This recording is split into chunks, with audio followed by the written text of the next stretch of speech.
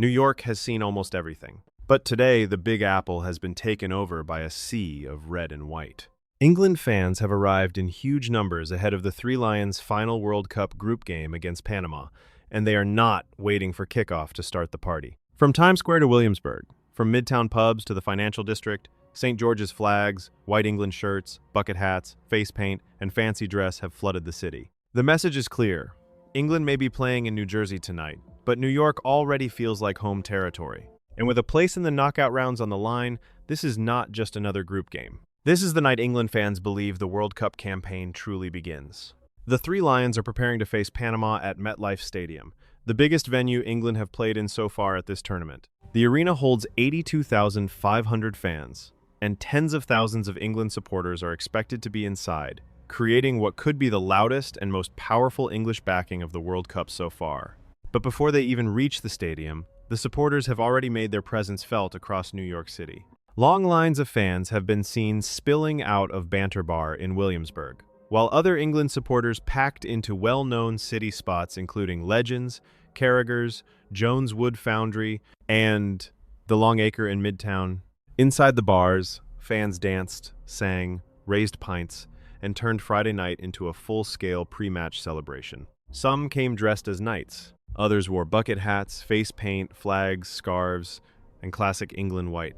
And while Panama fans also gathered in Times Square with flags and scarves of their own, the England supporters went searching for something that felt familiar: cold beer, loud songs, and a packed pub before a huge football night. After watching Scotland fans turn Boston into a tartan stronghold earlier in the tournament, England supporters appeared determined to prove they can go even bigger. Many had already been partying through the night, and many more were expected to hit the streets again today before making the journey to MetLife. And it was not only football taking over the city. Hundreds of England fans also made their way to Madison Square Garden for the U.S. Darts Masters, where they watched British stars Luke Littler, Luke Humphries, James Wade, and Stephen Bunting all win. For many supporters, this has become more than a match day.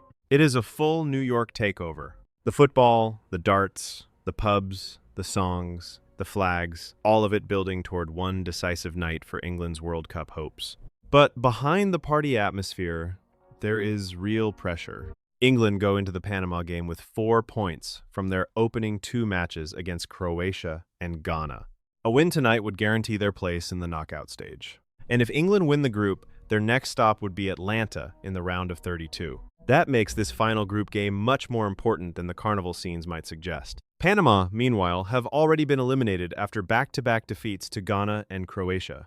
But that does not mean England can relax. The Three Lions know that one bad night can change the entire mood of a tournament. The fans may be singing across New York, but the players still have a job to finish. England's squad completed their final training session in Kansas City after heavy rainstorms overnight, before flying to New York for the match. Now, they are preparing to walk into MetLife Stadium, a ground with a complicated reputation. The stadium has even been given the unwanted nickname of the ACL Cemetery because of the number of serious knee injuries suffered there by NFL stars over the years. For England, the hope will be simple. No drama, no injuries, no slip-ups, just a professional performance and a ticket to the knockout rounds. But if they do win the group, the road ahead could get very serious, very quickly. Potential opponents include teams from several groups, with names such as Ecuador, Senegal, Iraq, Algeria, Austria, Portugal, and DR Congo, all mentioned in the possible path. And there is even the possibility that victory tonight could put England on course for a huge showdown with hosts Mexico at the world-famous Azteca Stadium. That is why this night matters. Because this is not only about beating Panama, it is about momentum. It is about belief. It is about turning a noisy New York takeover into a real World Cup statement. So as England fans flood the bars, streets, and stadium routes around New York, the atmosphere is already at fever pitch. The Big Apple has become a red and white party zone. The songs are loud. The flags are everywhere. The confidence is rising. But now, all eyes turn to MetLife Stadium. England's biggest traveling army of the tournament is ready. Panama are waiting. The knockout stage is within reach.